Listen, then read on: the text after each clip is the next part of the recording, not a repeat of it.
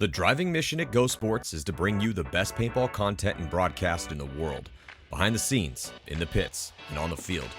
To continue this mission, we're rolling out a renovated website platform across the board with easier search functions and a more robust chat system for better interaction with your fellow fans. Dive farther into the game with a new integrated stats portal. Get your insight into the game anytime, anywhere, with an improved functionality across all mobile devices. Check it out now on GoSports.com. Don't miss the most important battle of the year. The best paintball teams and players in the world will be... Welcome to Go Sports Live.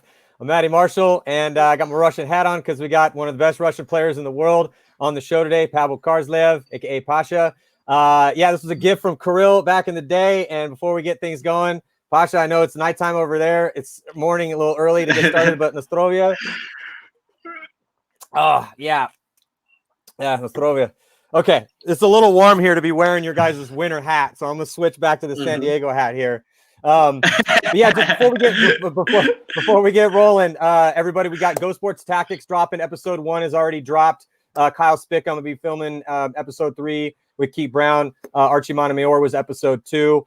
We're gonna have we're doing shows every Wednesday and Friday here. Quarantine life is real. Ryan Greenspan's been doing shows on Tuesdays, and me and Pasha are gonna get into the weeds here. We're gonna talk about his journey to become one of the greatest killers on the Dside and on the snake side. Hell, when Smotroff wasn't there at that 4th event, you stepped up on the snake side too.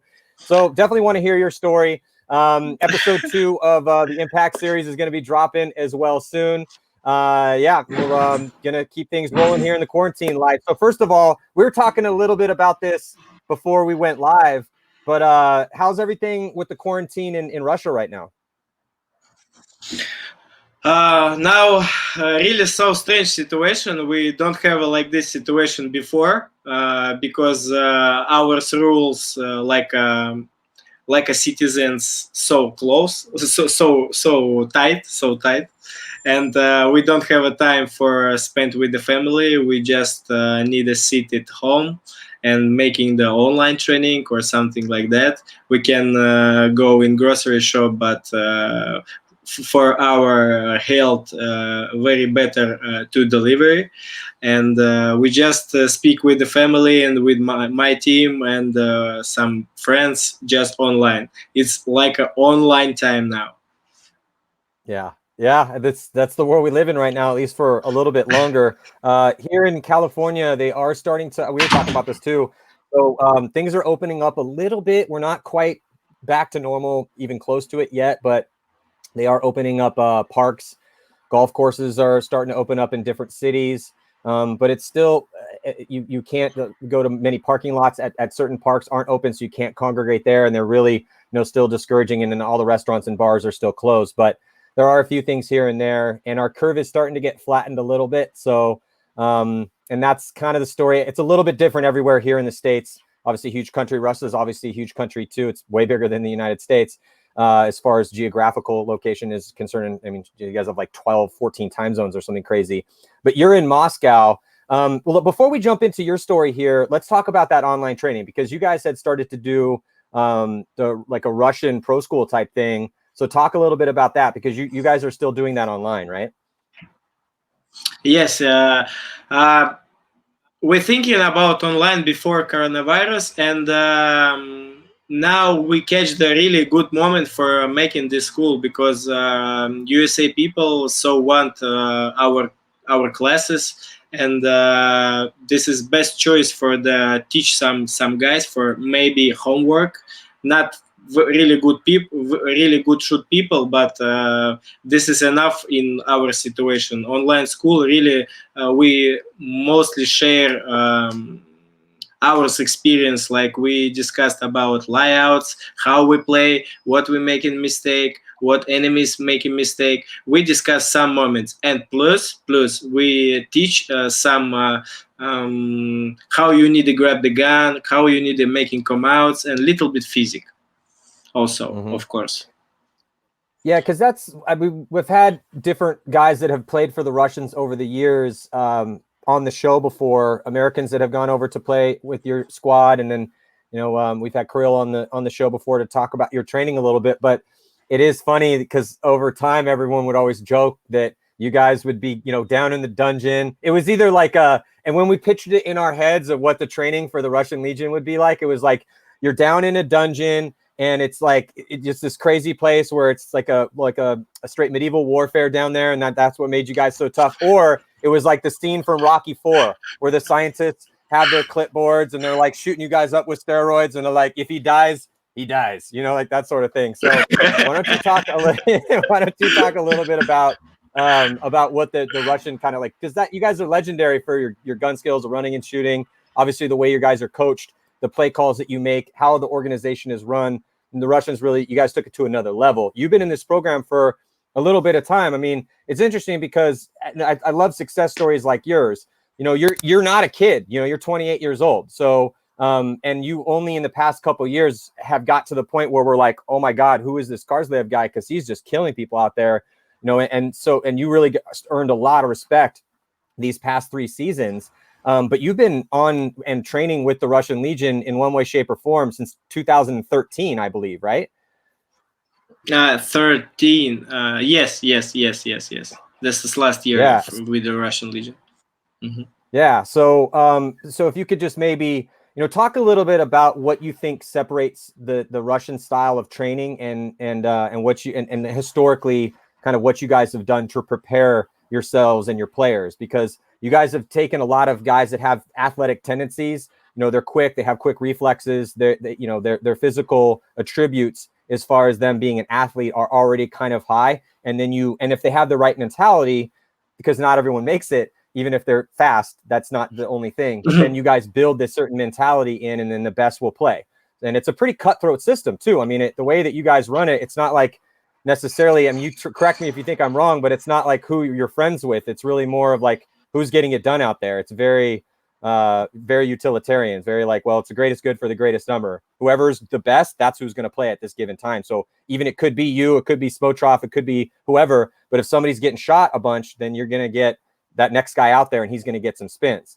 Like in Vegas, Kozyrev played a decent amount, because you had a couple early deaths. He went out there, but then he died. So then you go back out there and then you stepped it up, but before we I would definitely want to talk about Vegas and how successful you guys have been the past couple years. But talk to me about this training. I mean, what is it like to cut your teeth and to become a pro paintball player through the Russian system? The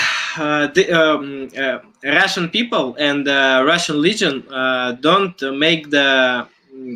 choose the easy school. It's like you have a lot of people, a lot of pools people, and you choose the best. You choose the best. Unicum. You choose the unicum. And Russian Legion school, it's like you choose the guys who wants to play, and spend a lot of time training on this guy. Doesn't matter. He may be not unicum, but he working. He wants beat some guys. He wants play best like of the best. And that's why we're not easy, because choose the unicum. This is easy way. Teach some guys. This is so different. And our schools, this is different. You need working a lot of days, a lot of hours per week to get these conditions like we are. A lot. Yeah. So talk to me about when you got how did you start? How did you, what was your first day of paintball like? How did you get into the game of paintball? And then, so tell me that side of the story, like how you first got started. And then I kind of want to talk about how you proved yourself to be good enough to be the starter on, a Russian Legion team that has become one of the best teams in the world, that's been in the finals so many times in the past 2 years. So where'd you start? You means preparing for the tournament, or you means preparing mind for the tournaments? You personally, like your story. So how did you, how did Pavel Karsliev, how did you start playing the game? Like, were you born and raised in Moscow? Did you go to a birthday party? It seems like everyone's first day was a birthday party. Mine wasn't, but a lot of people first day was at a birthday party or something. Like, how'd you get into the game? Okay, I got you.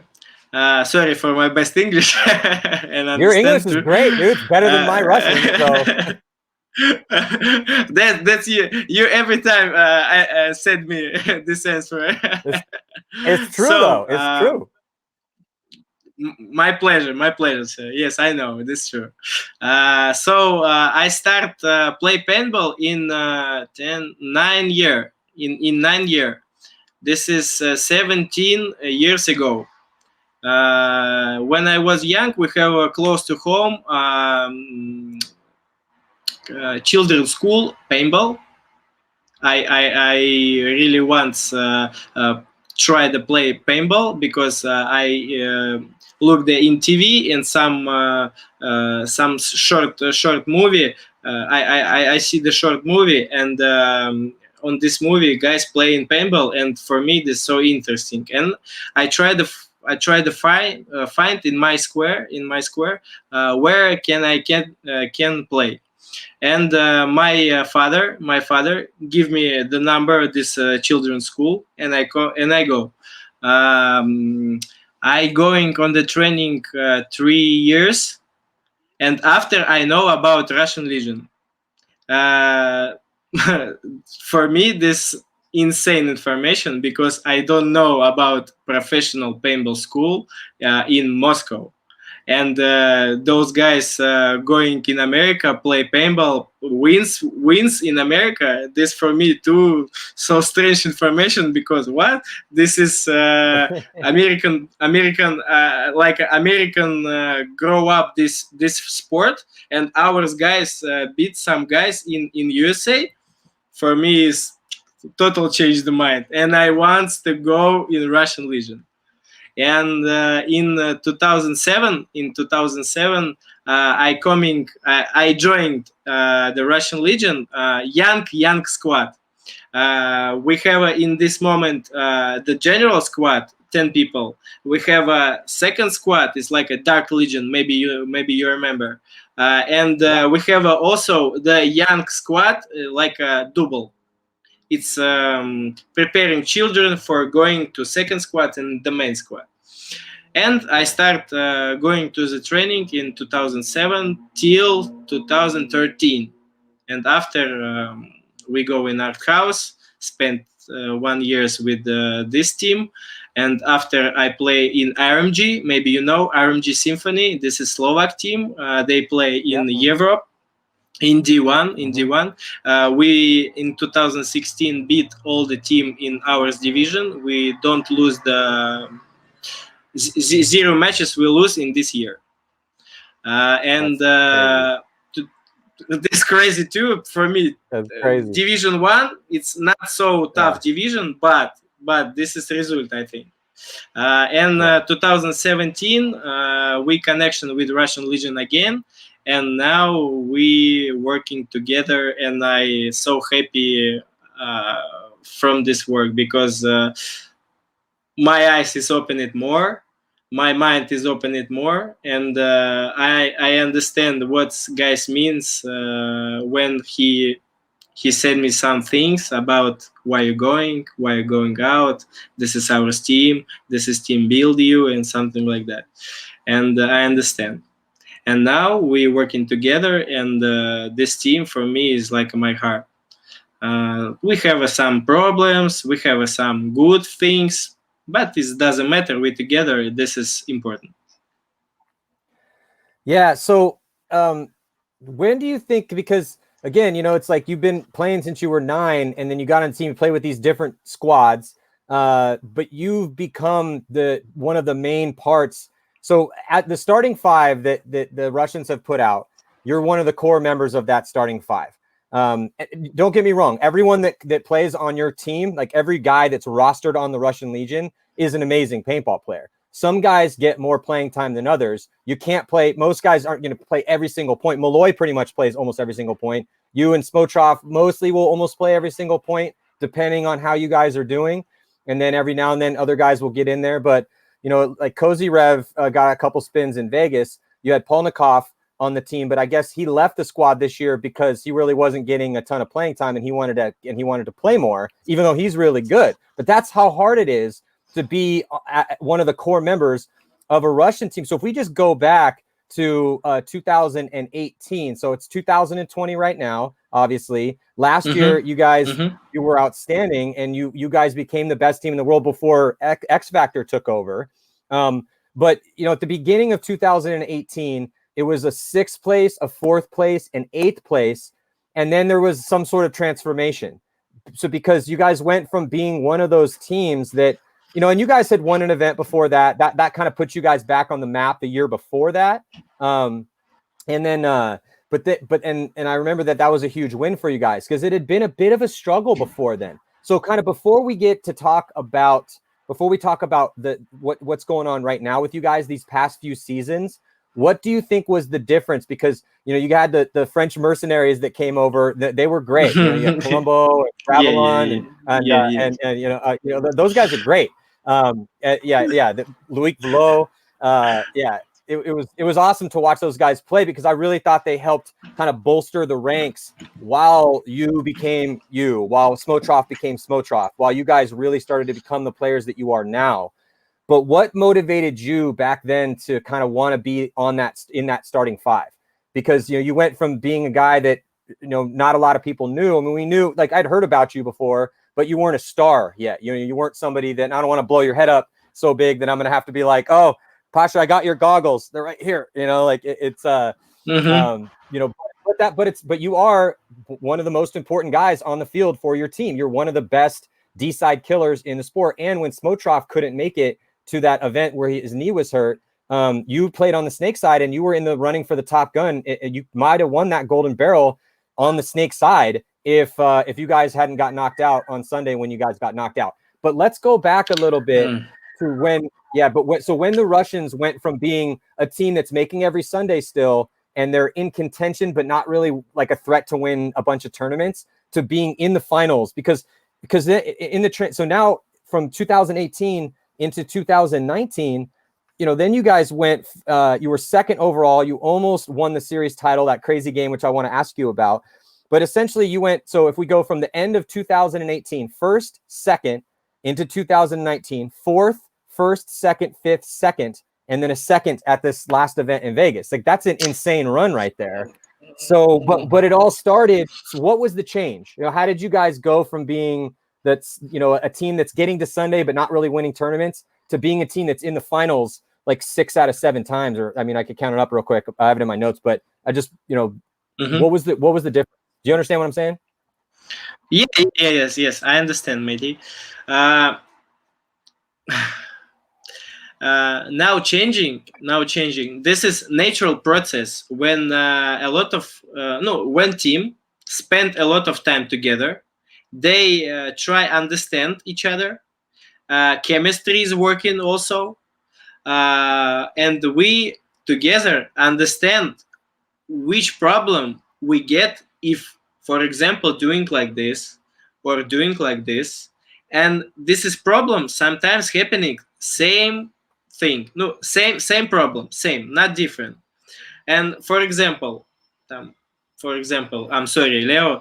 For example, knee have hurt knee little bit, not total. Coach said, go Malloy in the forward. And we have a lot of times same mistake. Malloy need play in semi-attack. They good shoot, they good gunfight, and they can put the hole when your attacker is dead. A lot of options for Malloy. And some guys from the team said Malloy need going to attack.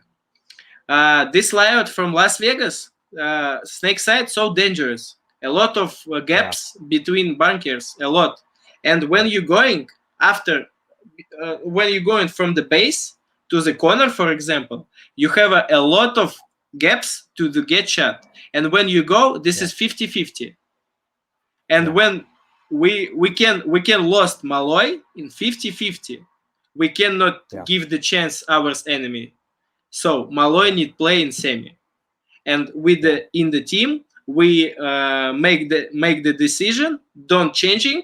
I need to change Leo from the Snake side. Malloy have same place for the play, and Vladimir going attack on the Dorita side. and Yeah, and so that's it. you got And that's it. so you were changing up on the fly as things were happening. We're talking about Vegas, as far as who, yeah, because that snake side was treacherous. We started talking about how it wasn't a bunker of death, it was a zone of death. And that zone of death was the entire back line on the snake side of the field. Because, and you're seeing it in some of these replays, guys running out to that back corner bunker, it was tough to make it out there. It was tough to make it to the snake. It was a little bit of a roll of the dice to see who was going to make it out there alive. But those, and if you go back and we break this down in some of the tactic shows, but it's the routes that were being run and changing up who your shooters were shooting, what routes your runners were running was so crucial. But I definitely want to talk a little bit more about Vegas specifically, and because you guys again went really deep in Las Vegas, you made it all the way to the finals. You lost to the Ironman, so I want to hear about that. But if we could just go back to 2018 again, what was the change in the team as a whole that made you guys so consistently good? Because all of a sudden, you were running down that Dside and you were hyper aggressive. You're probably the most aggressive guy on the Dside in the game. And then you have Smotrov, who you could probably say the same thing about Smotrov. But there was a point where you guys stopped, because as a front player, if you, out of 10 points, and because I just need you to do your job 6 or 7 times out of 10, and you're going to get shot. That's okay. So you guys went from going like 50-50 in about 2018. If you go back and watch those, a lot of early deaths from some of your guys. You guys started to stay alive more. You're still pushing the issue, playing aggressive, which is how you guys define your style of play. Because when we did interviews for 5 Sundays, and we were talking a little bit about this, you had told me that, look, I define myself and we define on our team by playing aggressive. That's the Russian style of paintball. Other teams may say, oh, this is such and such paintball. This is impact paintball. This is X Factor paintball. But, you were telling me about this. You're like, for us, for the Russians, we're going to be pushing forward. We want to be up in your face. We're going to push the issue. We play aggressive. That's what the Russians do. So just push the button for yourself. Yeah, push the button. It just got to push the button. Yeah. So because you're hyper aggressive, you personally, and the team in general. You guys play really aggressive paintball. You guys push the issue a lot. You have these crazy comebacks where you're scoring 9-second points, or you're scoring. It's like any time that you guys go down 5 points, we're like, oh well, it's the Russians. They could come back. They've done it before, and lots of teams have that ability to come back. But you guys seem to have like one of your attributes. Every player, every team, you have things you're exceptional at, some things you need to get better at. But you guys are really good at offense. So talk to me a little bit. Tell me about, and you personally, and then the team as a whole. Talk to me about offense, about the game of paintball and what it means to you to play aggressive paintball. Because that seemed to be the difference for me when I was watching you guys' games. So you said already, this is not our style, the sit behind the bunker and just shoot. We each person from the team in same time in the game try to catch the moment for making the move and making the close position to enemy. That's the key. That's the key. Doesn't matter. Center guy, semi-attacker guy, attacker guy. Catch the moment for the moving. That's the reason. That's why we aggression. We are looking aggression, because we try to making the closer and closer to enemy, and done the game. That's our style. That's it. We're not waiting. We can waiting, for example, on the side where we get shot. In two different side, for example, center on snake side, we can go, and we try to catch the moment for the move. That's it. Do you feel that you guys? So you're saying you want to get as close as possible, use your gun skills and your aggressive tendencies to take advantage of openings that are there with your game plans. But you guys have a lot of the European teams have always been this way, but you guys have really good gun skills. In Moscow in the winter, you can't really go outside, and it's really difficult to actually go play regular paintball. So you guys are forced to do a lot of reball, a lot of snap shooting drills, a lot of running and gunning drills. And so the Swedes were notorious for this. They were really good gunfighters. They're tough to, when you're gunfighting, you guys, we used to joke back in the day, the old school Russians, they would never go in. When I'd be gunfighting a guy, I'm like, dude, I'm either going to shoot this dude, I'm going to shoot him, or he's going to shoot me, because, I'm trying to value my body, and he's just posted, and refusing to go in. These are the same like old school Russian guys when, we'd be out there, it'd be 100 degrees in Florida with 90% humidity, and we're in the middle of a 25-minute long X-ball match with and each half was 25 minutes, and these dudes are just sitting there smoking cigs in the pits, 100 degrees out, like some of your back players back in the day. But but yeah, do you think that's because of you want to get as close as possible because you really rely on your gun skills a lot? I mean, you guys go gun dominant a lot. Yes, and gun skills, it is half 50% our job. You can make the aggression and come going to closer to your enemies without skills. If you catch the moment, for example, you making come out from left side and go in the right side without gun skills. You need to just focus on moving. That's it. Without gun skills. Sometimes you need it. Sometimes you don't need it. For example, I am bad gunfighter. I am so bad gunfighter.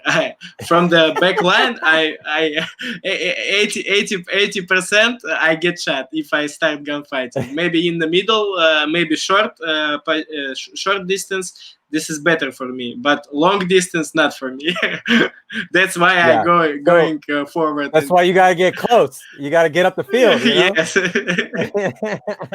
Well, it's a good thing that you're small and really fast, and you're naturally aggressive. So you get your ass up the field, and when you're gunfighting, normally you're gunfighting super close to guys. You're not in the back corner, just trying to win like a snapshot battle from back in the corner. That's not your game.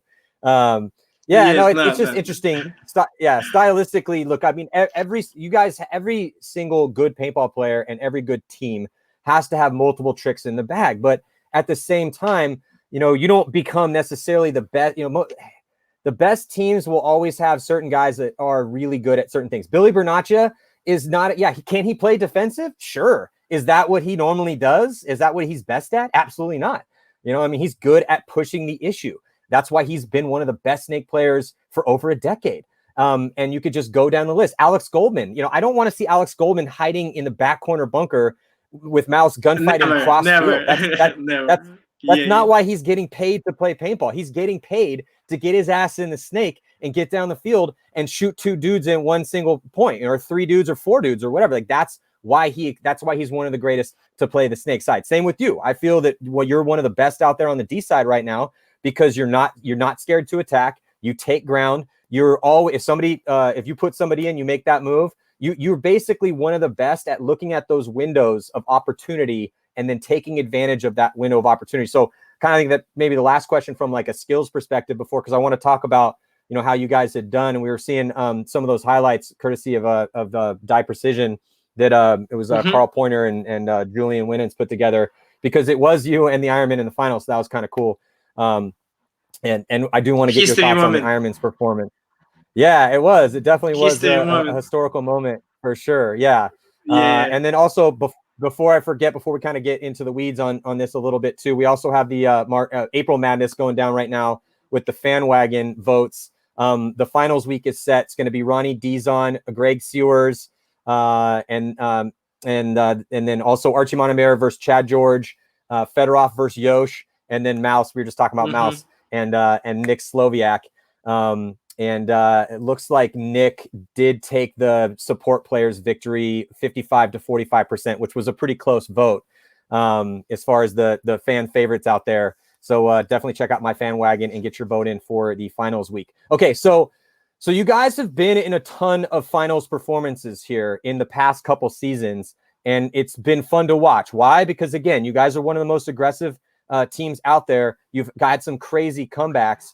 And I do want to talk about the comeback that you guys had in Texas that kind of actually messed up Impact's year last year, because, you guys were losing to Impact by 5 points in Texas last year. And when I talked to Bart this year, actually, and I said, hey, in retrospect, looking back at last year, You won the first event in Vegas. What do you think it was that kind of sent you guys into a funk? Because even though you were making Sundays, sometimes you'd lose in the wild card round, you were losing the quarterfinals. I mean, that's, obviously you weren't happy with your roster at the time, but you had won Vegas, so it was a mystery. And he said, you know what, I hate to admit it, but when we lost to the Russians in Texas, for some reason, that just, it got us in a mental funk and we could not get out of that. So take me back to that moment when you're down all those points to Impact. And if you don't score a bunch of points in a few minutes, then you're going to get knocked out in the quarterfinals yourselves. What was going on in your head during that historic comeback?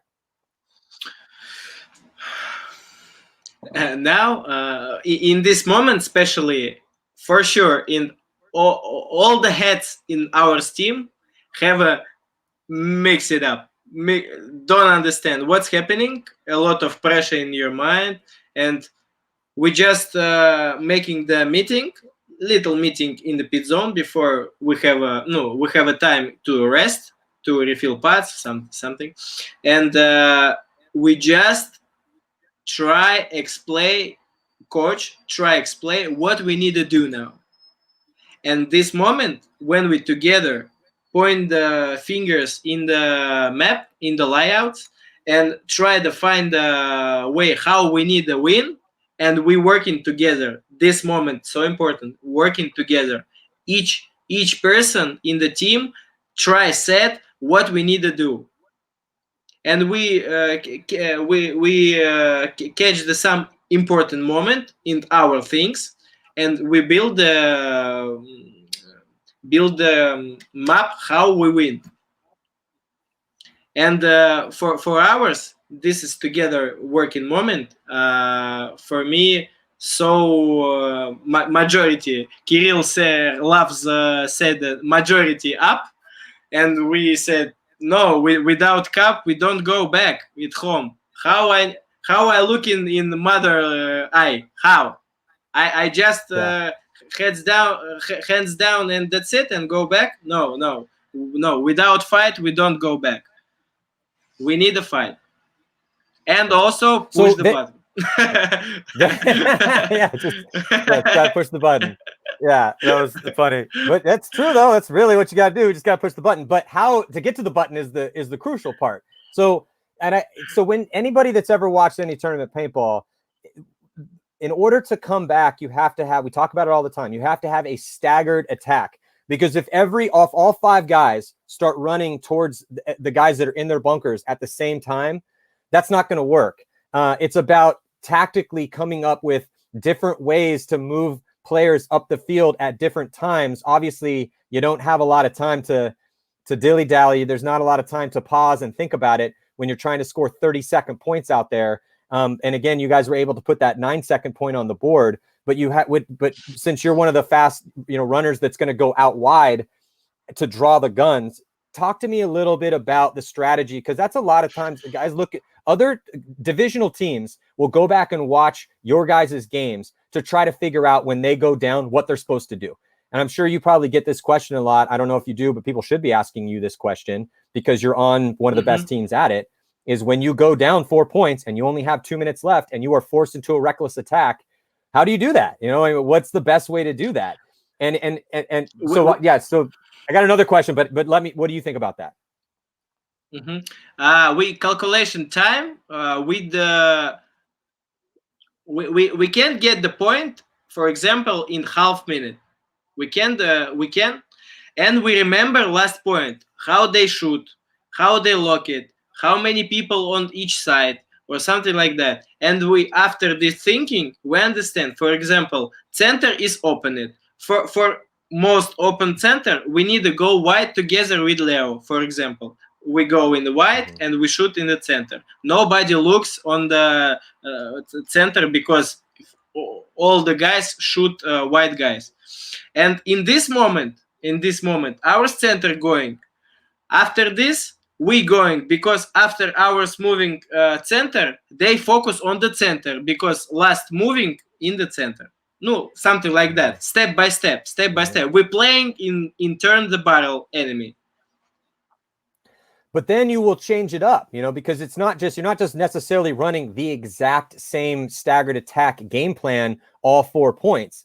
Sometimes it'll be, okay, well, Leo's going to go out wide and he'll draw the guns, and then we're going to attack, Golev or Kirill up the center, and then you'll go. But sometimes you'll be the first to go instead on the D side, and then Leo goes after you go, but he'll go to a different spot and then launch. So Ben, this is one of the things that I want to ask you is sometimes, when we're watching a practice or a game that you guys play in the prelims. So if we go watch a practice for you guys and it's, before the event, and I'll say, how do the Russians look? Or I'll be watching it. And then a lot of times the guys that are playing you they'll tell me, they're like, they didn't really show us much. I don't think that they were actually using their real game plans they're going to be using in the game in this practice.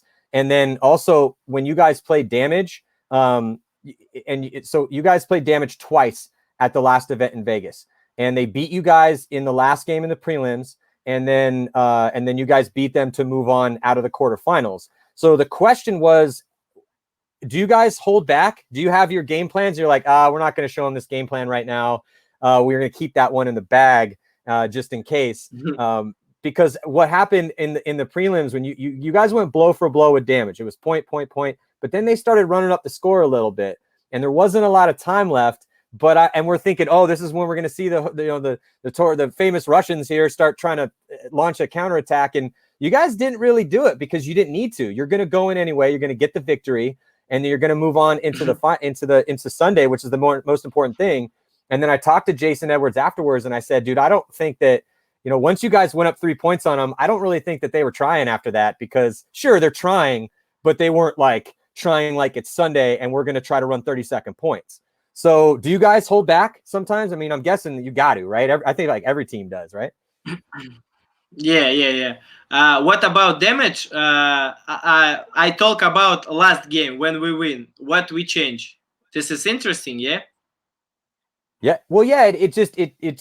I definitely want to know what you thought changed, because damage definitely beat you guys in those first couple points, unless you want to admit that you lost on purpose, which I highly doubt. I don't think you guys lost on purpose. I think they beat you the first couple points, or it went close. They started to pull away, and then you guys were like, you know what? We're in anyway. We don't want to show them our good game plans for like our comeback points, and then we don't know who we're gonna play tomorrow. Everyone's watching this game right now. Everyone's scouting us. So let's just keep those game plans in. I would have done that if I was your coach. I would have been like, we're fine. Who cares? If we lose this game, it doesn't matter. We're gonna go on anyway. But you didn't know who you were gonna play, because everyone had to show up on Sunday, and no one knew who was going to play anybody, which for the first time ever, because it got so dark. So then all of a sudden it comes out of the trophy that you have to play damage again. And it was like, oh, this is going to be interesting. They have to go back and play the team that beat them yesterday. But now the Russians have had a long time. It's basically best case scenario for you guys, because then, yeah, you probably were looking and scouting all these other teams, but you obviously got to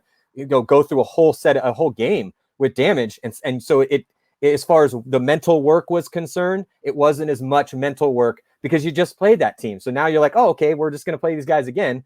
So how did you feel that you guys did? Because that was a fun game to watch. That's actually the game that we're going to be, Keith is going to be breaking down. Keith Brown's going to come on, and we're going to be breaking that actual game down. Tampa Bay Damage versus the Russian Legion quarterfinals in Vegas. Close match. I mean, you guys barely pulled it out, 6-5. It was a close one. There was that penalty at the end.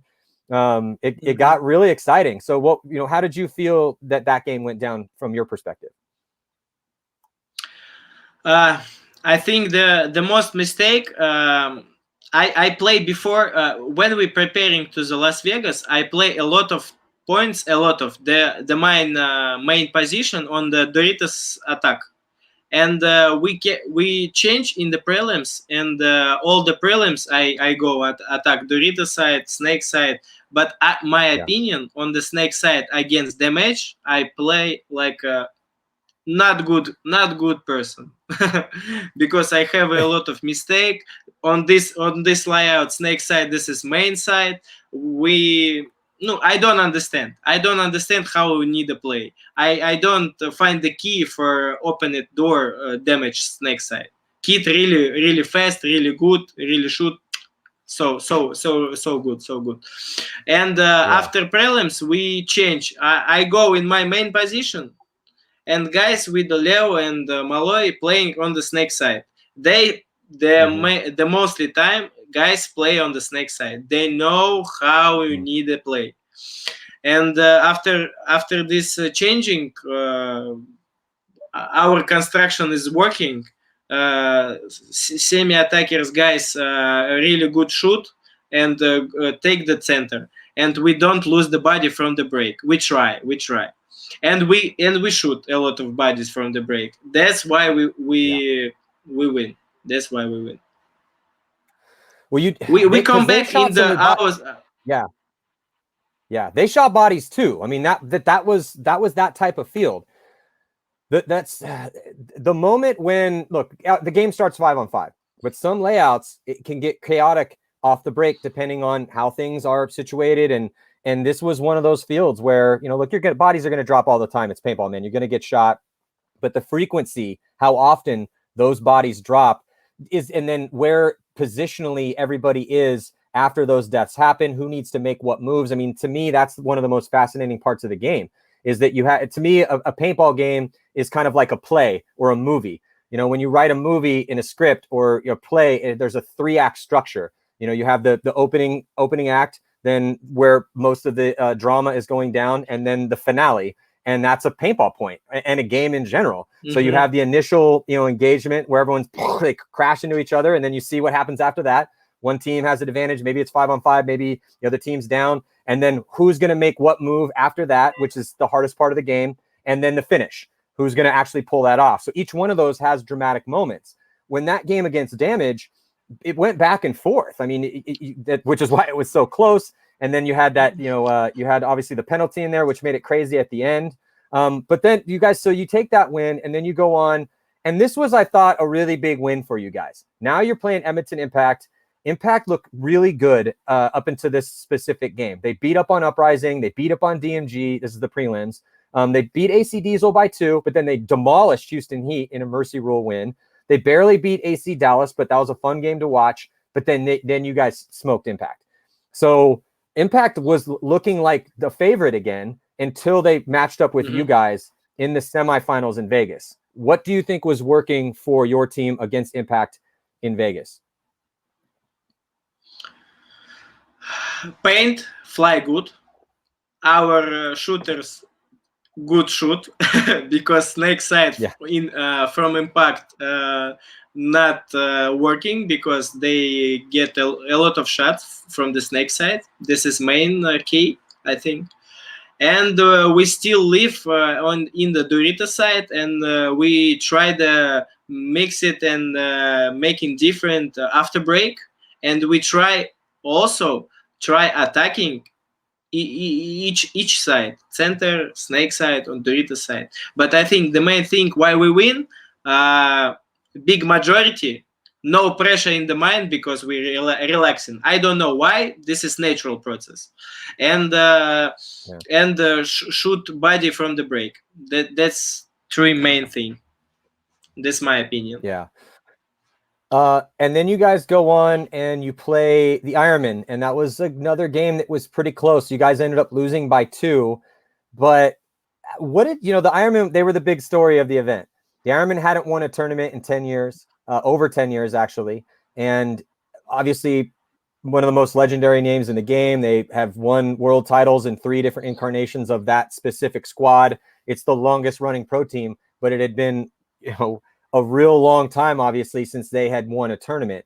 They had to get through you guys, again, a team that has won a bunch of tournaments the past few years and has proved themselves at the deepest end of the pool.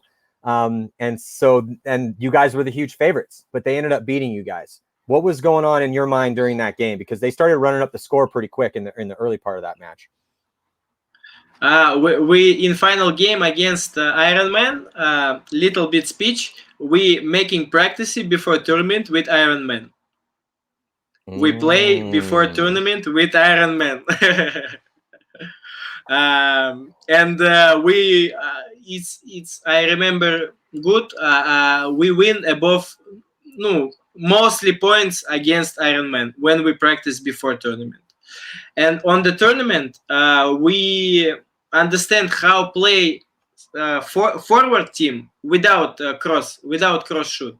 And Iron Man really good shoot after break, after break, and lock down from the cross shoot, from the snake side, Dorita side, from the Dorita side, snake side.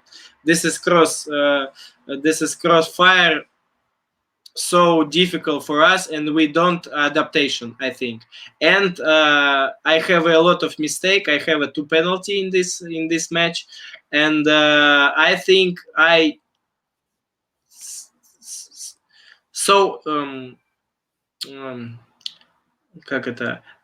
prove in myself a lot proof of myself, and I'm making the move like I go bunker. I start in 50 Dorita and go into enemy's back right, no corner, and I go try shoot guys. I can in this moment for sure. I'm not do this. I need to sit and wait my guys, but I have a mistake. A lot of proof in myself in this match, and I give a lot of mistake to my team.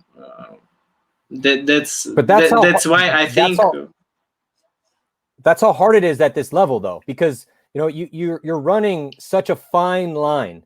There's such a when you're playing at the very edge of what is or is not greatness in a final match. The difference between you seeing a move and making that move and getting that kill or that ball, missing you or breaking on you, and you take that extra step and get the penalty. It's so small between being the person that it's your fault that point didn't go your team's way, or being the hero where you're you had one of the most amazing moves of the tournament.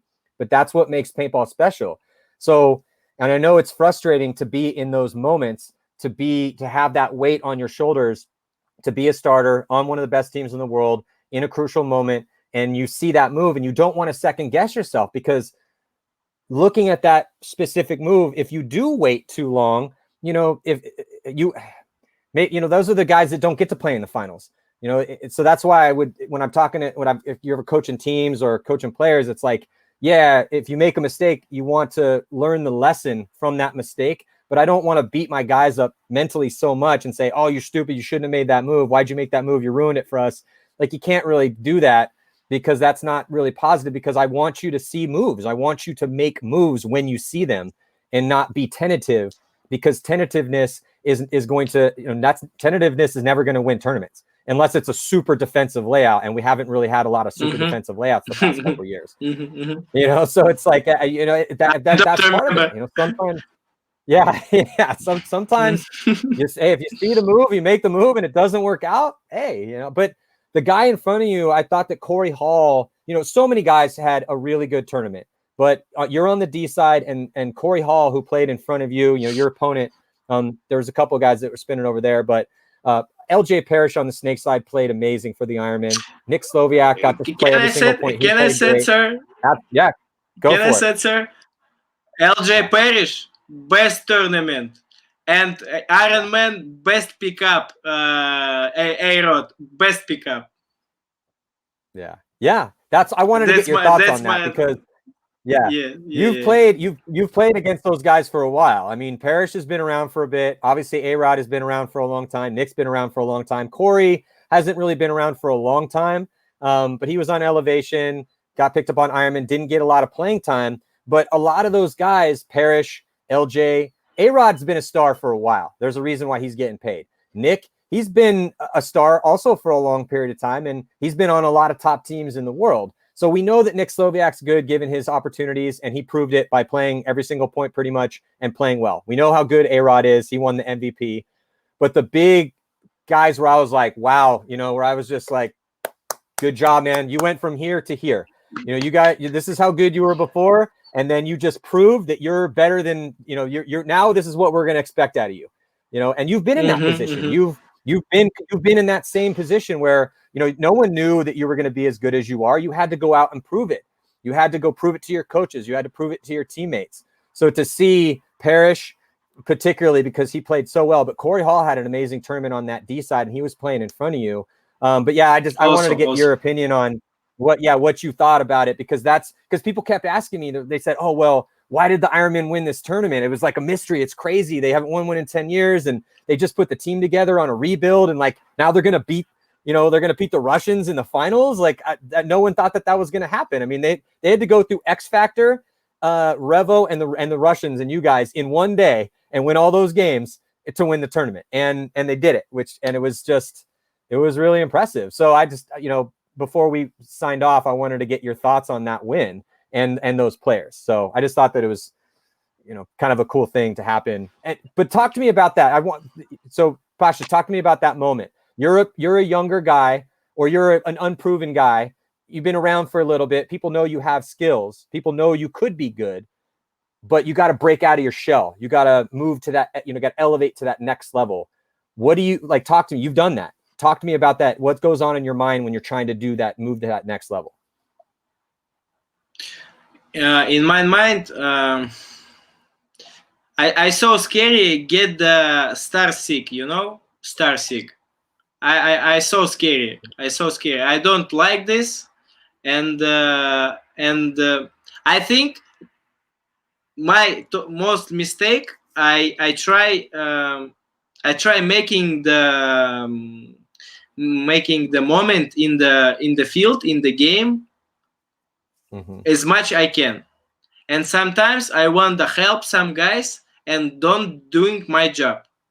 I need to focus and small thing on the small thing, and doing small job. And it's this is moment is working. What about proving in myself about like you said, step up, next level, something like that? I think I still bad player, because I need a player not 50-50, not 70-30. I need a 100% from the break. I need a 100% wherever I go. I need a still in game stay. I need a gunfighting win 100%. If I do this, I think I understand I am good player. Now I am not good player. I need to still teaching and still learning, and I'm not good player like you said, sir. But this is interesting. So what you're saying is stay humble and take it moment by moment, and don't worry too much about you being a star or who you're playing. You just have to do what you can do in the moment and look at each instance and try to be the best, play 100% in those moments, which is literally impossible. Like nobody can play 100%, but it's the mentality of wanting and desiring and trying to go through the mechanism of what you're supposed to do, the gunfight logic. Okay, what should I be doing in these moves? And then you do that enough in training, so it becomes second nature and muscle memory when you actually get to the big moment and you're in the final. So I definitely agree that is what you're supposed to be doing. Man, hey dude, it's been a pleasure to talk to you. Do you have any before we sign off? Do you have anybody to thank? And definitely let people know where they can hit you up and get in touch with you guys as far as the online training for the Russian Legion School is concerned. When we're making this school, you asking when we're making this school? Yeah, where, if people are interested to get in contact with you or get in contact with your team to do some online training, would they go about doing that?